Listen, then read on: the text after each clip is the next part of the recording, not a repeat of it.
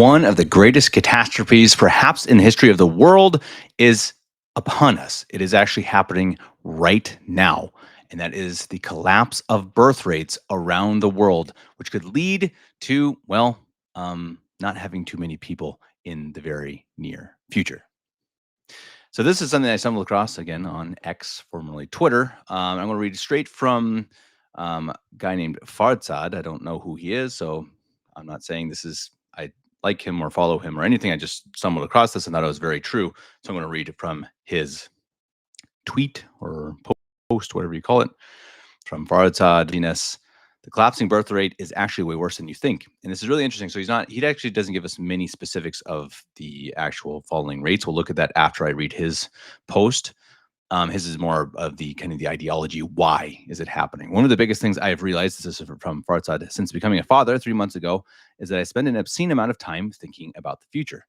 This is because I want my child to have the best possible place to grow up in. And thus, I spend way too much time looking at how society is functioning today and where the weaknesses are. What's becoming painfully clear is that everything is broken. Our government overspends like crazy and they never tell the truth. Our corporations are way too bloated, rarely innovate, and they are more than comfortable lowering quality over time while increasing profit margins. Our mainstream media is a national embarrassment and is nothing more than a propaganda machine for the government. I assume that he is speaking about America here, by the way, but I think it speaks true for most Western countries. I am now constantly filled with a sense of dread. It feels like a good future is almost impossible given the amount of stuff that is completely broken today. However, once I start thinking about the past and compare it to today, I realize that things are so much better than they used to be. So it gives me hope that a better future is possible with enough effort and pain. But here's the massive problem: without a child, I would have never felt as motivated as I do now to make the future a better place. And then it dawned on me that the declining birth rate is not just a simple math problem, it fundamentally de incentivizes civilization to look forward. This means that there are less people now, more than ever in recent recorded history, that don't have that child, making it painfully obvious how broken everything is and how desperately we need to make everything better for our children.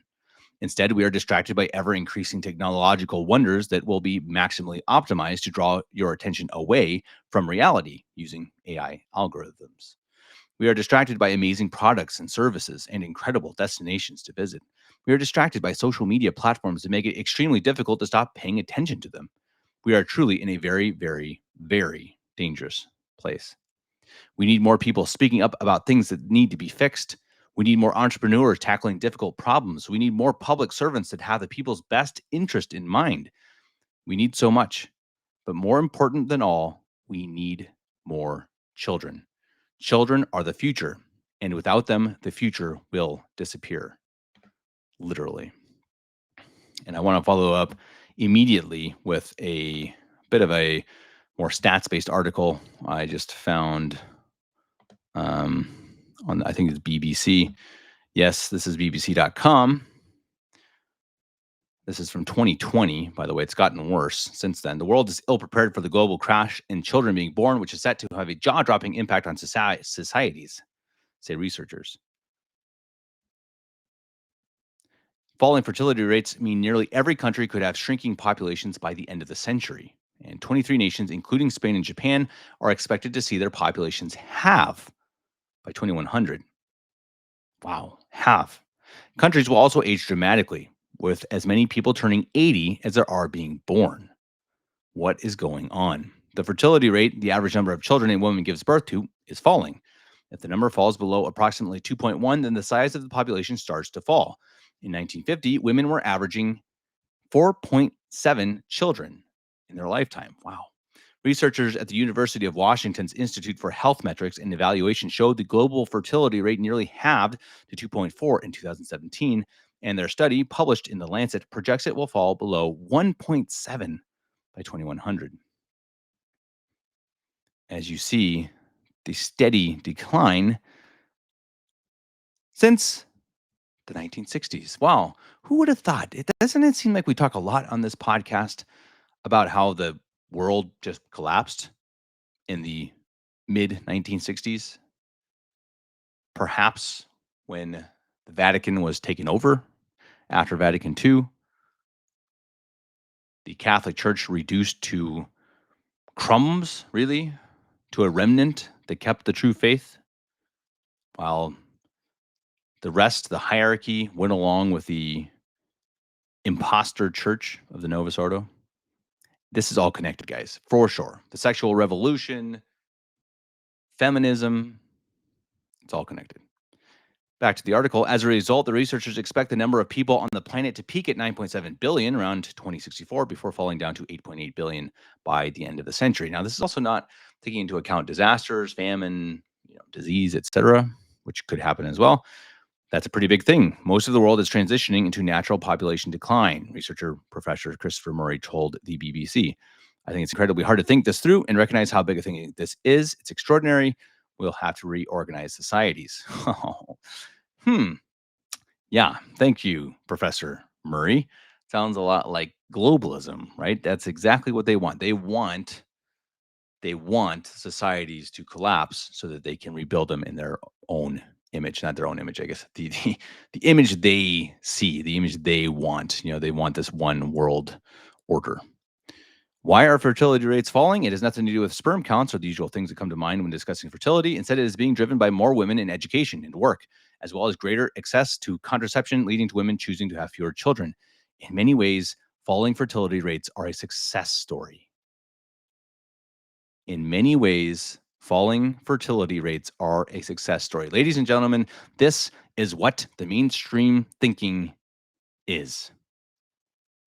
BBC.com, because of contraception, because of feminism, because of women in the workplace, we're having less babies, which is going to be a catastrophe within the next 100 years or less.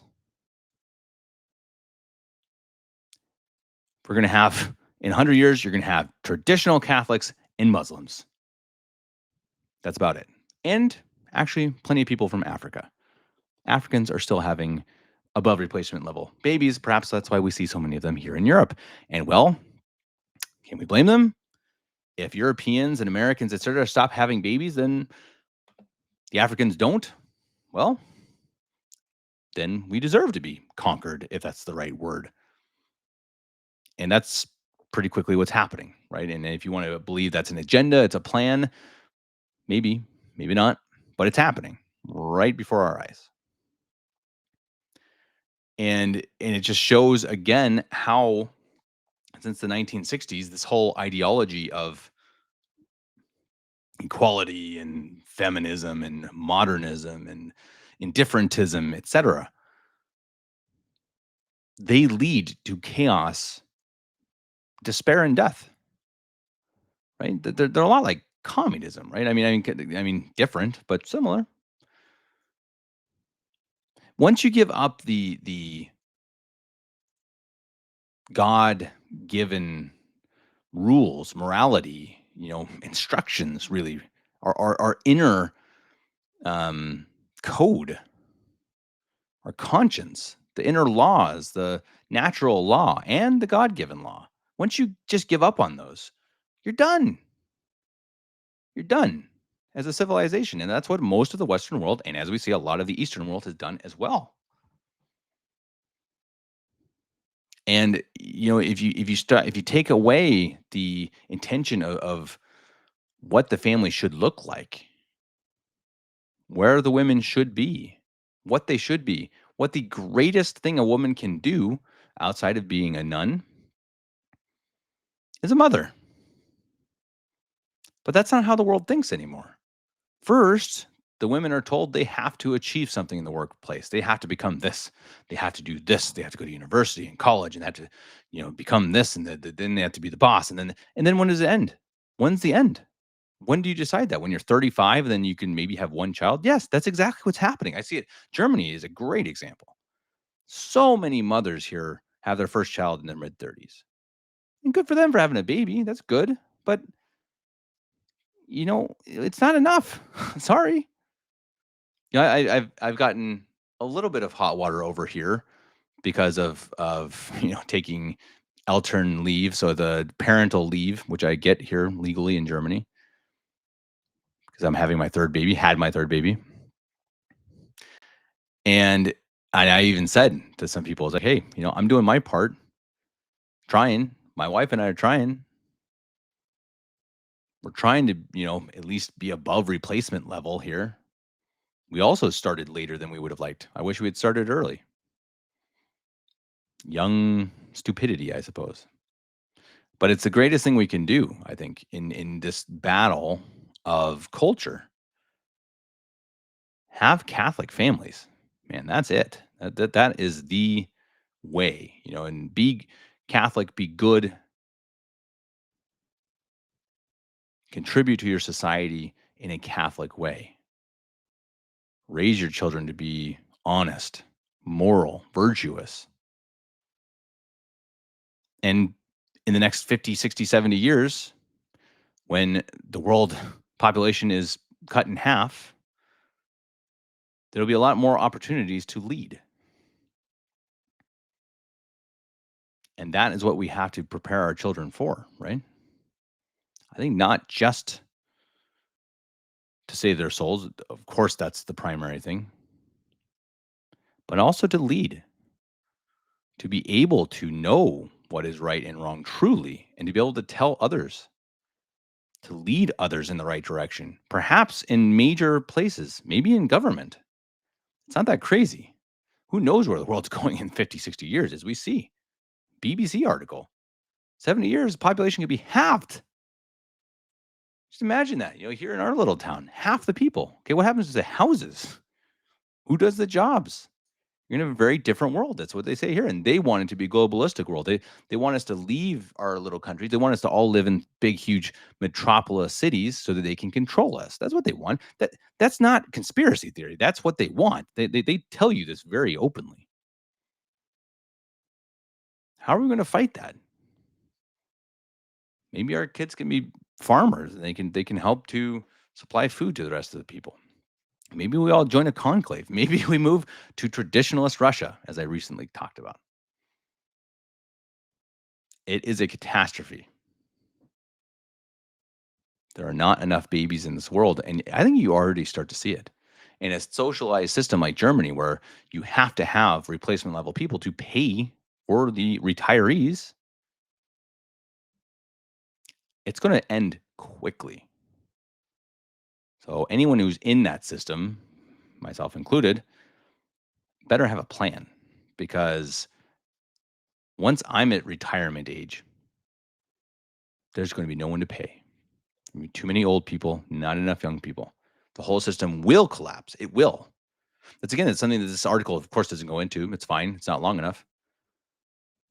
But you can't have a system like this. You can't have healthcare being paid by the taxes when you have more people that don't produce than people who do. It doesn't work anymore. So you got to go back to maybe true capitalism, and you go back to the feudal system. Maybe you have to go back to the ways where, you know, grandparents have to live with their family. They're taken care of by their family and not by the state. Maybe we can't get as much health care as we used to. We can't afford it. So people are going to die younger. This is probably the reality we're going to face. And we need to be prepared for it. We need our children to be prepared for it. First of all, we need to pray for it. Pray for our world. Pray for peace. Pray for the wisdom of our world leaders who, yeah, I don't think there's a whole lot of hope there, but we should still pray for it.